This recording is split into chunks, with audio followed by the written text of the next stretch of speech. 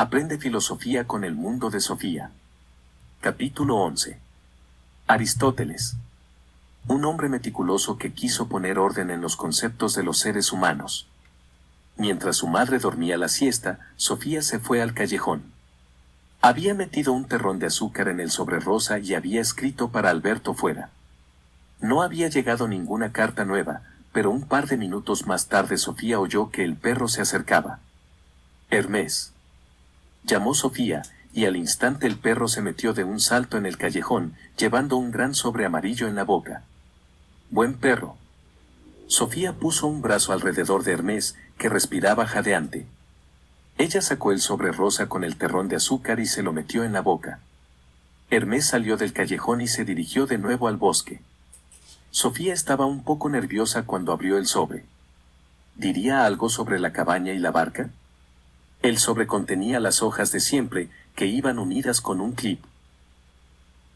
Pero también había una notita suelta, en la que ponía, querida señorita detective. O señorita ladrona, para ser más exacto. El asunto ya ha sido denunciado a la policía. No, no es tan grave. No estoy tan enfadado. Si eres igual de curiosa para buscar respuestas a los enigmas de los filósofos, resulta muy prometedor. Lo malo es que ahora tendré que cambiarme de casa. Bueno, la culpa es mía, debería haber comprendido que tú eres de la clase de personas que quiere llegar al fondo de las cosas. Saludos, Alberto. Sofía dio un suspiro de alivio. Entonces, ¿no estaba enfadado? ¿Pero por qué tenía que cambiarse de casa? Se llevó corriendo las grandes hojas a su cuarto. Era mejor estar en casa cuando su madre se despertara. Se acomodó en la cama y empezó a leer sobre Aristóteles. Filósofo y científico. Querida Sofía, seguramente estarás asombrada por la teoría de las ideas de Platón. No eres la primera. No sé si te lo has creído todo, o si también has hecho algunas objeciones críticas. En ese caso, puedes estar segura de que las mismas objeciones fueron hechas por Aristóteles, 384 a 322 a.C., que fue alumno de la Academia de Platón durante 20 años. Aristóteles no era ateniense. Provenía de Macedonia y llegó a la Academia de Platón cuando éste tenía 61 años. Era hijo de un reconocido médico y, por consiguiente, científico. Este hecho dice ya algo del proyecto filosófico de Aristóteles. Lo que más le preocupaba era la naturaleza viva.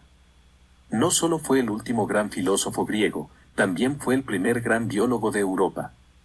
Podríamos decir que Platón estuvo tan ocupado con los moldes o ideas eternas, que no había reparado en los cambios en la naturaleza.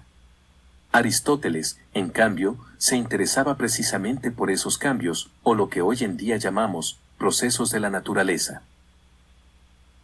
Si quisiéramos llevarlo al último extremo, podríamos incluso decir que Platón dio la espalda al mundo de los sentidos, volviendo la cabeza ante todo lo que vemos a nuestro alrededor. Quería salir de la caverna, quería contemplar el mundo eterno de las ideas. Aristóteles hizo lo contrario. Se puso de rodillas en la tierra para estudiar peces y ranas, amapolas y anémonas. Podríamos decir que Platón solo usaba su inteligencia, Aristóteles también usaba sus sentidos. También en la forma en la que escriben, se encuentra una gran diferencia entre ellos. Platón era un poeta, un creador de mitos. Los escritos de Aristóteles son áridos y minuciosos como una enciclopedia. No obstante, se nota en mucho de lo que escribe que él se basa en su estudio de la naturaleza. En la antigüedad se habla de hasta 170 títulos escritos por Aristóteles, de los que se han conservado 47. No se trata de libros acabados. Los escritos de Aristóteles son en general apuntes para lecciones. También en la época de Aristóteles la filosofía era ante todo una actividad oral. La gran importancia de Aristóteles en la cultura europea se debe también, en buena medida, al hecho de que fuera él quien creara el lenguaje profesional que las distintas ciencias emplean hasta hoy en día. Fue el gran sistematizador que fundó y ordenó las distintas ciencias. Aristóteles escribió sobre todas las ciencias, de modo que solo mencionaré algunos de los campos más importantes. Ya que te he hablado tanto de Platón, empezaré por contarte cómo rechaza Aristóteles la teoría de las ideas de Platón. A continuación, veremos cómo elabora su propia filosofía de la naturaleza, pues fue Aristóteles quien resumió todo lo que habían dicho los filósofos de la naturaleza anteriores a él. Veremos cómo pone orden en nuestros conceptos y funda la lógica como una ciencia. Finalmente hablaré un poco de la visión que tenía Aristóteles de los seres humanos y de la sociedad. Si aceptas estas condiciones, podemos poner manos a la obra. No hay ideas innatas. Como los filósofos anteriores a él, Platón deseaba encontrar algo eterno e inmutable, en medio de todos los cambios. Encontró las ideas perfectas, que estaban muy por encima del mundo de los sentidos. Platón opinaba, además, que las ideas eran más reales que todos los fenómenos de la naturaleza. Primero estaba la idea de caballo, luego llegaban todos los caballos del mundo de los sentidos galopando en forma de sombras en la pared de una caverna. Esto quiere decir que la idea de gallina estaba antes que la gallina y que el huevo. Aristóteles pensaba que Platón había dado la vuelta a todo. Estaba de acuerdo con su profesor en que el caballo individual fluye y que ningún caballo vive eternamente. También estaba de acuerdo en que el molde de caballo es eterno e inmutable. Pero la idea de caballo no es más que un concepto que los seres humanos nos hemos formado después de ver un cierto número de caballos. Eso quiere decir que la idea, o la forma, de caballo no existen en sí.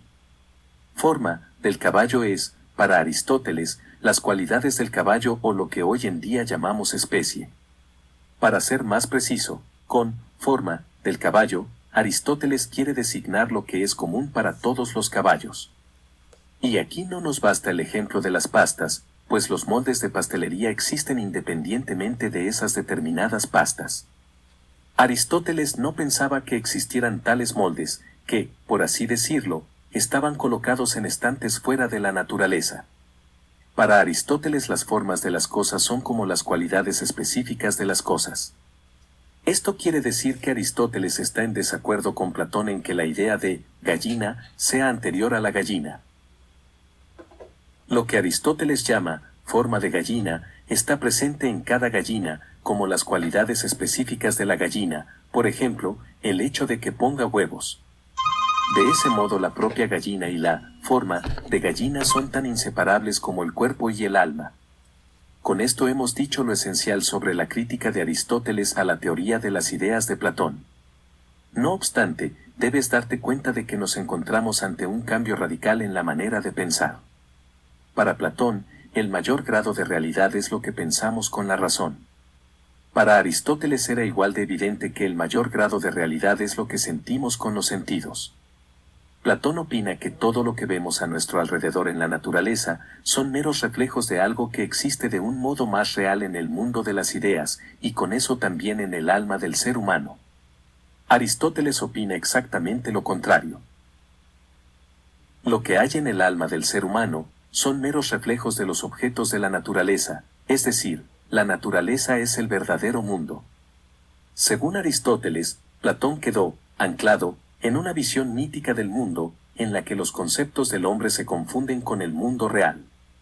Aristóteles señaló que no existe nada en la mente que no haya estado antes en los sentidos, y Platón podría haber dicho que no hay nada en la naturaleza que no haya estado antes en el mundo de las ideas.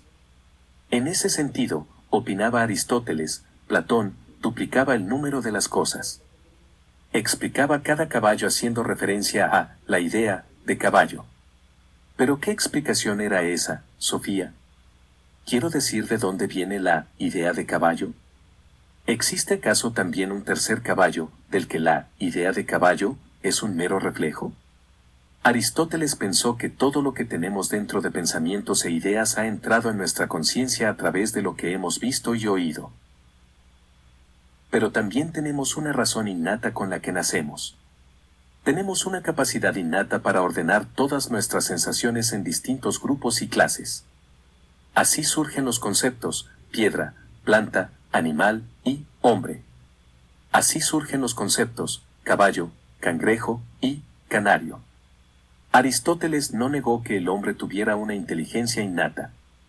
Al contrario, según Aristóteles, es precisamente la razón la que constituye la característica más destacada del ser humano. Pero nuestra inteligencia está totalmente vacía antes de que sintamos algo. Por lo tanto, el ser humano no puede nacer con idea alguna. Las formas son las cualidades de las cosas. Tras haber aclarado su relación con la teoría de las ideas de Platón, Aristóteles constata que la realidad está compuesta de una serie de cosas individuales que constituyen un conjunto de materia y forma. La materia es el material del que está hecha una cosa, y la forma son las cualidades específicas de la cosa. Delante de ti aletea una gallina, Sofía. La forma de la gallina es precisamente aletear, y también cacarear y poner huevos. Así pues, la forma de la gallina son las propiedades específicas de la especie gallina, o, dicho de otra manera, lo que hace la gallina. Cuando la gallina muere, y con ello deja de cacarear, la forma de la gallina deja de existir. Lo único que queda es la materia de la gallina. Qué triste, ¿verdad, Sofía? Pero entonces, ya no es una gallina. Como ya he indicado, Aristóteles se interesaba por los cambios que tienen lugar en la naturaleza. En la materia siempre hay una posibilidad de conseguir una determinada forma. Podemos decir que la materia se esfuerza por hacer realidad una posibilidad inherente. Cada cambio que tiene lugar en la naturaleza es, según Aristóteles, una transformación de la materia de posibilidad a realidad. No te preocupes, Sofía, te lo explicaré. Intentaré hacerlo con una historia divertida. Érase una vez un escultor que estaba agachado sobre un enorme bloque de granito. Todos los días daba martillazos y picaba la piedra enorme, y un día recibió la visita de un niño. ¿Qué estás buscando?, preguntó el niño. Espera y verás, dijo el escultor. Al cabo de unos días el niño volvió. Para entonces el escultor había esculpido un hermoso caballo del bloque de granito. El niño lo miró asombrado, y luego se volvió al escultor y dijo, ¿cómo podía saber que el caballo estaba ahí dentro? Pues eso, ¿cómo podía saberlo? De alguna manera el escultor había visto la forma del caballo en el bloque de granito. Porque precisamente ese bloque de granito tenía una posibilidad inherente de transformarse en caballo. De esa manera, pensaba Aristóteles, todas las cosas de la naturaleza tienen una posibilidad inherente de realizar o concluir una determinada forma. Volvamos a la gallina y al huevo. Un huevo de gallina tiene una posibilidad inherente de convertirse en gallina, lo cual no significa que todos los huevos de gallina acaben convirtiéndose en gallinas, pues algunos acaban en la mesa del desayuno como huevo pasado por agua, tortilla o huevos revueltos, sin que la forma inherente del huevo llegue a hacerse realidad. Pero también resulta evidente que el huevo de gallina no puede convertirse en un ganso. Esa posibilidad no está en el huevo de gallina. Así vemos que la forma de una cosa nos dice algo sobre la posibilidad de la cosa, así como sobre las limitaciones de la misma.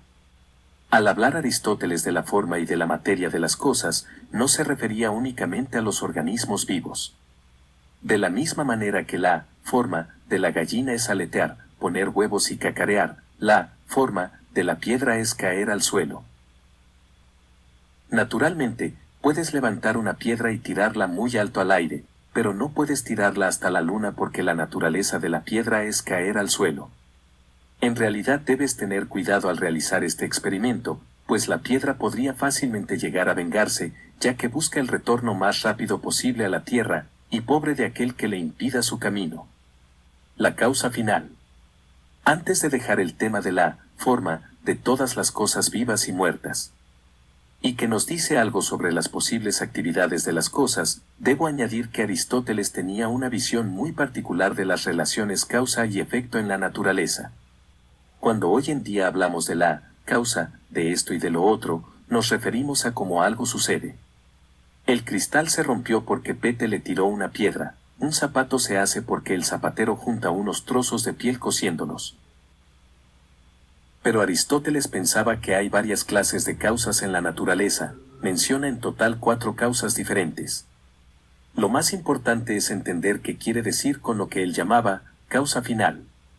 En cuanto a la rotura del cristal, cabe preguntar el por qué Pete tiró la piedra al cristal. En otras palabras, preguntamos qué finalidad tenía. No cabe duda de que la intención o el fin también juega un importante papel en el proceso de fabricación de un zapato. Pero Aristóteles contaba con una causa final, también en lo que se refiere a procesos de la naturaleza completamente inanimados. Nos bastará con un ejemplo. ¿Por qué llueve, Sofía? Seguramente habrás aprendido en el colegio que llueve porque el vapor de agua de las nubes se enfría y se condensa formando gotas de agua que caen al suelo debido a la acción de la gravedad. Aristóteles estaría de acuerdo con este ejemplo. Pero añadiría que solo ha señalado 3 de las causas.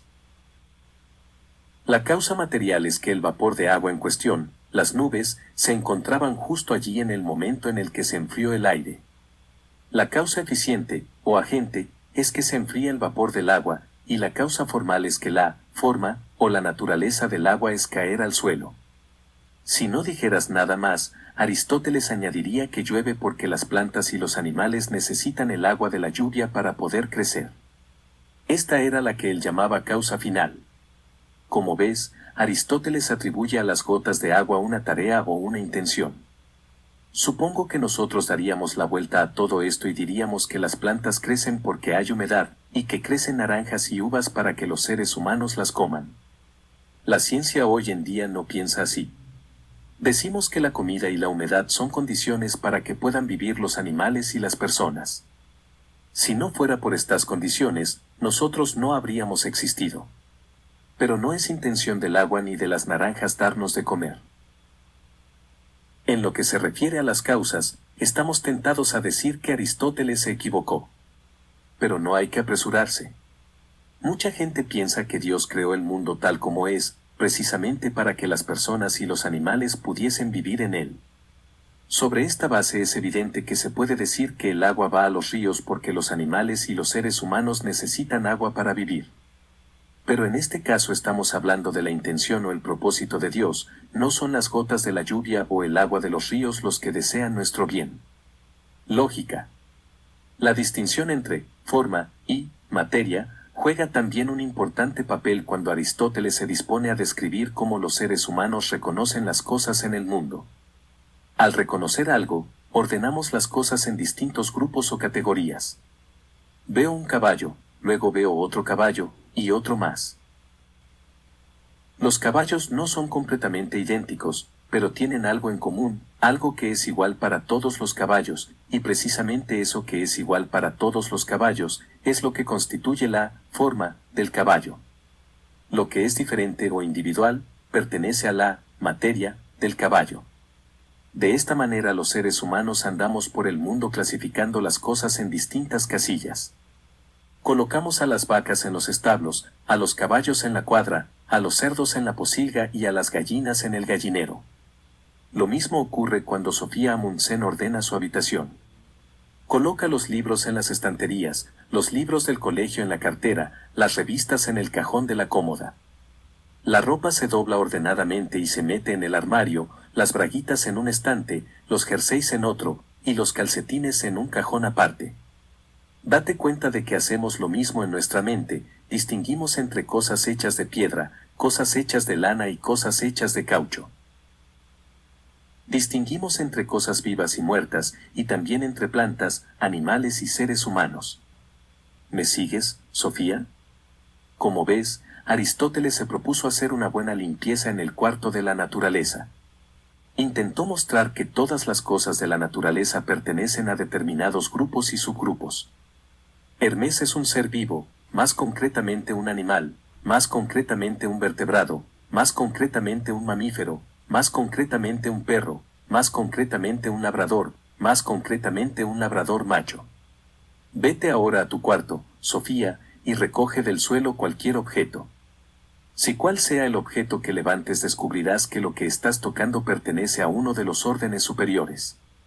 El día que veas algo que no sepas clasificar, te llevarás un gran susto, por ejemplo si descubrieras una cosa de la que no supieras decir con seguridad si pertenece al reino animal, al reino vegetal o al reino mineral. Apuesto a que ni siquiera te atreverías a tocarla. Acabo de decir el reino vegetal, el reino animal y el reino mineral. Me estoy acordando ahora de ese juego que consiste en que uno se va afuera, mientras el resto de los participantes en la fiesta deben pensar en algo que el pobre de fuera tiene que adivinar al entrar. Los demás invitados han decidido pensar en el gato llamado Mons, que en ese momento se encuentra en el jardín del vecino. El que estaba fuera vuelve a entrar y comienza a adivinar. Los demás solo pueden contestar sí o no. Si el pobrecito es un buen aristotélico, y en ese caso no es ningún pobrecito, la conversación podría transcurrir aproximadamente como sigue: ¿es algo concreto? Sí. ¿Pertenece al reino mineral? No. ¿Es algo vivo? Sí. ¿Pertenece al reino vegetal? No. ¿Es un animal? Sí. ¿Es un ave? No. ¿Es un mamífero? Sí. ¿Es un gato? Sí. ¿Es Mons? Y sí. Risas, de manera que fue Aristóteles quien inventó este juego. Y a Platón le podemos atribuir el invento del escondite en la oscuridad. A Demócrito ya le concedimos el honor de haber inventado las piezas del Lego. Aristóteles fue un hombre meticuloso que quiso poner orden en los conceptos de los seres humanos. De esa manera sería él quien creara la lógica como ciencia. Señaló varias reglas estrictas para saber qué reglas o pruebas son lógicamente válidas. Bastará con un ejemplo: si primero constato que todos los seres vivos son mortales, primera premisa, y luego constato que Hermes es un ser vivo, segunda premisa, entonces puedo sacar la elegante conclusión de que Hermes es mortal. El ejemplo muestra que la lógica de Aristóteles trata de la relación entre conceptos, en este caso, ser vivo y mortal. Aunque tengamos que darle la razón a Aristóteles en que la conclusión arriba citada es válida 100%, a lo mejor tendríamos que admitir también que no dice nada nuevo. Sabíamos de antemano que Hermes es mortal. Es un perro, y todos los perros son seres vivos, que a su vez son mortales, a diferencia de las piedras del monte Everest. Sí, Sofía, lo sabíamos ya. Pero no siempre la relación entre grupos de cosas parece tan evidente. De vez en cuando puede resultar útil ordenar nuestros conceptos. Me limito a poner un solo ejemplo: ¿es posible que esas crías minúsculas de ratón chupen leche de su mamá exactamente igual que los corderos y cerditos? Pensémoslo, lo que sí sabemos, por lo menos, es que los ratones no ponen huevos. ¿Cuándo he visto un huevo de ratón? De manera que paren hijos vivos, igual que los cerdos y las ovejas. A los animales que paren los llamamos mamíferos, y los mamíferos son precisamente animales que chupan leche de su madre. Y ya está. Teníamos la respuesta ya en nuestra mente, pero tuvimos que meditar un poco. Nos habíamos olvidado de que los ratones realmente beben la leche de su madre. Quizás se debió a que nunca habíamos visto ratoncitos mamando. La razón es, evidentemente, que los ratones se inhiben un poco cuando se trata de cuidar a sus hijos en presencia de los seres humanos. La escala de la naturaleza.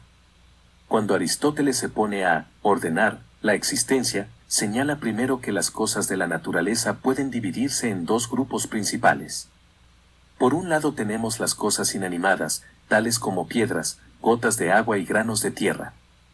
Estas cosas no tienen ninguna posibilidad inmanente de cambiar. Esas cosas, no vivas, solo pueden cambiar, según Aristóteles, bajo una influencia externa. Por otro lado tenemos las cosas vivas, que tienen una posibilidad inmanente de cambiar. En lo que se refiere a las cosas vivas, Aristóteles señala que hay que dividirlas en dos grupos principales. Por un lado tenemos las plantas, por otro lado tenemos los seres vivos. También los seres vivos pueden dividirse en dos subgrupos, es decir, en animales y seres humanos. Tienes que admitir que esta división parece clara y bien dispuesta. Hay una diferencia esencial entre las cosas vivas y las no vivas, por ejemplo, entre una rosa y una piedra. De un mismo modo también hay una diferencia esencial entre plantas y animales, por ejemplo, entre una rosa y un caballo. Y también me atrevo a decir que hay bastante diferencia entre un caballo y un ser humano. ¿Pero en qué consisten exactamente esas diferencias? ¿Me lo puedes decir? Desgraciadamente no tengo tiempo para esperar a que anotes tu respuesta y la metas en un sobre rosa junto con un terroncito de azúcar, de modo que yo mismo contestaré a la pregunta. Al dividir Aristóteles los fenómenos de la naturaleza en varios grupos, parte de las cualidades de las cosas, más concretamente de lo que saben o de lo que hacen. Todas las cosas vivas, plantas, animales y seres humanos, saben tomar alimento, crecer y procrear. Todos los seres vivos también tienen la capacidad de sentir el mundo de su entorno y de moverse en la naturaleza. Todos los seres humanos tienen además la capacidad de pensar, o, en otras palabras, de ordenar sus sensaciones en varios grupos y clases. Así resulta que no hay verdaderos límites muy definidos en la naturaleza. Registramos una transición más bien difusa de plantas simples a animales más complicados. En la parte superior de esta escala está el ser humano, que, según Aristóteles, vive toda la vida de la naturaleza. El ser humano crece y toma alimento como las plantas, tiene sentimientos y la capacidad de moverse como los animales, pero tiene además una capacidad, que solamente la tiene el ser humano, y es la de pensar racionalmente. Por ello el ser humano tiene una chispa de la razón divina, Sofía. Sí, acabo de decir divina. En algunos momentos Aristóteles señala que tiene que haber un Dios que haya puesto en marcha todos los movimientos de la naturaleza. En ese caso, ese Dios se convierte en la cima absoluta de la escala de la naturaleza. Aristóteles se imaginaba que los movimientos de las estrellas y de los planetas dirigen los movimientos en la Tierra. Pero también tiene que haber algo que ponga en marcha los movimientos de los astros. A ese algo, Aristóteles lo llama primer motor o Dios. El primer motor no se mueve en sí, pero es la causa primera de los movimientos de los astros y, con ello, de todos los movimientos de la Tierra. Ética. Volvamos a los seres humanos, Sofía. La forma del ser humano es, según Aristóteles, que tiene un alma vegetal, un alma animal, así como un alma racional. Y entonces se pregunta, ¿cómo debe vivir el ser humano? ¿Qué hace falta para que un ser humano pueda vivir feliz? Contestaré brevemente, el ser humano solamente será feliz si utiliza todas sus capacidades y posibilidades. Aristóteles pensaba que hay tres clases de felicidad. La primera clase de felicidad es una vida de placeres y diversiones. La segunda, vivir como un ciudadano libre y responsable. La tercera, una vida en la que uno es filósofo e investigador. Aristóteles también subraya que las tres condiciones tienen que existir simultáneamente para que el ser humano pueda vivir feliz. Rechazó, pues, cualquier forma de vías únicas. Si hubiera vivido hoy en día a lo mejor habría dicho que alguien que solo cultiva su cuerpo vive tan parcial y tan defectuosamente como aquel que solo usa la cabeza. Ambos extremos expresan una vida desviada. También en lo que se refiere a la relación con otros seres humanos, Aristóteles señala un justo medio, no debemos ser ni cobardes ni temerarios, sino valientes. Demasiado poco valor es cobardía, y demasiado valor es temeridad. Del mismo modo no debemos ser ni tacaños ni pródigos, sino generosos. Ser muy poco generoso es ser tacaño, ser demasiado generoso es ser pródigo. Pasa como con la comida. Es peligroso comer demasiado poco, pero también es peligroso comer en exceso. Tanto la ética de Platón como la de Aristóteles se remiten a la ciencia médica griega, únicamente mediante el equilibrio y la moderación seré una persona feliz o en armonía. Política. La idea de que el ser humano no debe cultivar tan solo una cosa también se desprende de la visión que presenta Aristóteles de la sociedad. Dijo que el ser humano es un animal político. Sin la sociedad que nos rodea no somos seres verdaderos, opinaba él. Señaló que la familia y el pueblo cubren necesidades vitales inferiores, tales como comida y calor, matrimonio y educación de los hijos. Pero solo el Estado puede cubrir la mejor organización de comunidad humana. Ahora llegamos a la pregunta de cómo debe estar organizado el Estado. Te acordarás del Estado filosófico, de Platón, ¿verdad? Aristóteles menciona varias buenas formas de Estado. Una es la monarquía, que significa que solo hay un jefe superior en el Estado. Para que esta forma de Estado sea buena tiene que evitar evolucionar hacia una tiranía, es decir, que un único jefe gobierne el Estado para su propio beneficio. Otra buena forma de Estado es la aristocracia. En una aristocracia hay un grupo mayor o menor de jefes de Estado. Esta forma tiene que cuidarse de no caer en una oligarquía, lo que hoy en día llamaríamos junta. A la tercera buena forma de Estado Aristóteles la llamó democracia. Pero también esta forma de Estado tiene su revés. Una democracia puede rápidamente caer en una demagogia. Aunque el tirano Hitler no hubiese sido jefe del Estado alemán, todos los pequeños nazis podrían haber creado una terrible demagogia. La mujer. Por último, debemos decir algo sobre la opinión que tenía Aristóteles de la mujer. Desgraciadamente no era tan positiva como la de Platón. Aristóteles pensaba más bien que a la mujer le faltaba algo. Era un hombre incompleto. En la procreación la mujer sería pasiva y receptora, mientras que el hombre sería el activo y el que da. Aristóteles pensaba que un niño solo hereda las cualidades del hombre y que las cualidades del propio niño estaban contenidas en el esperma del hombre. La mujer era como la tierra, que no hace más que recibir y gestar la semilla, mientras que el hombre es el que siembra. 0. Dicho de una manera genuinamente aristotélica, el hombre da la forma y la mujer contribuye con la materia. Naturalmente, resulta sorprendente y también lamentable que un hombre tan razonable en otros asuntos se pudiera equivocar tanto en lo que se refería a la relación entre los sexos. No obstante, nos muestra dos cosas: en primer lugar, que Aristóteles seguramente no tuvo mucha experiencia práctica con mujeres ni con niños. En segundo lugar, muestra lo negativo que puede resultar que los hombres hayan imperado siempre en la filosofía y las ciencias. Y particularmente negativo resulta el error de Aristóteles en cuanto a su visión de la mujer, porque su visión, y no la de Platón, llegaría a dominar durante la Edad Media. De esta manera, la Iglesia heredó una visión de la mujer que en realidad no tenía ninguna base en la Biblia. Pues Jesús no era antimujer. No digo más. Volverás a saber de mí. Cuando Sofía hubo leído el capítulo sobre Aristóteles una vez y media, volvió a meter las hojas en el sobre amarillo y se quedó mirando fijamente su cuarto. De pronto vio lo desordenado que estaba todo. En el suelo había un montón de libros y carpetas. Por la puerta del armario asomaban en un caos total calcetines y blusas, medias y pantalones vaqueros. En la silla delante del escritorio había ropa sucia en un desorden total. A Sofía le entraron unas ganas irresistibles de ordenar. Primero vació los estantes del armario ropero y empujó todo al suelo. Era importante comenzar desde el principio.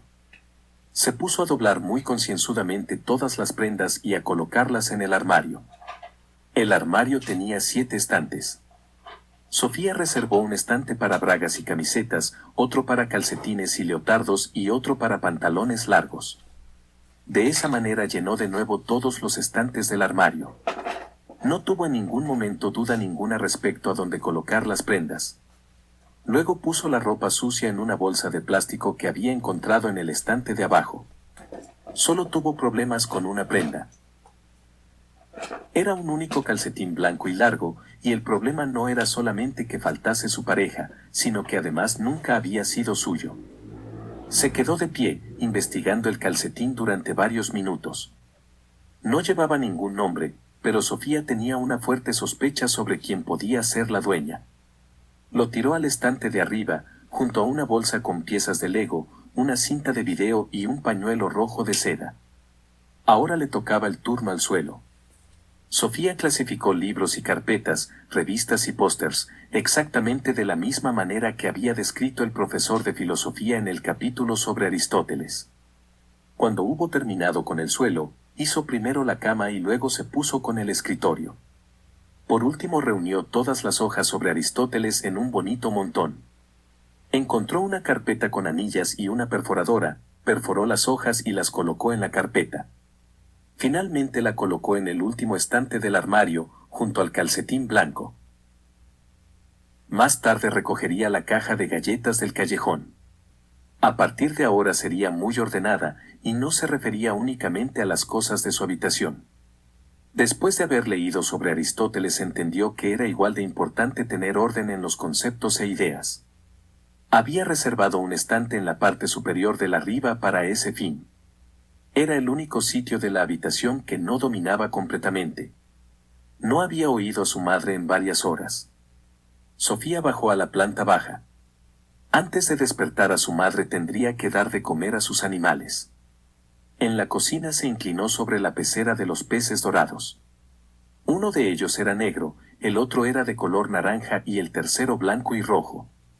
Por ello los había llamado Negrito, Dorado y Caperucita Roja. Echó en el agua comida para peces y dijo: pertenecéis a la parte viva de la naturaleza, por lo tanto podéis tomar alimento, podéis crecer y podéis procrear. Más concretamente pertenecéis al reino animal, lo que significa que sabéis moveros y mirar la habitación.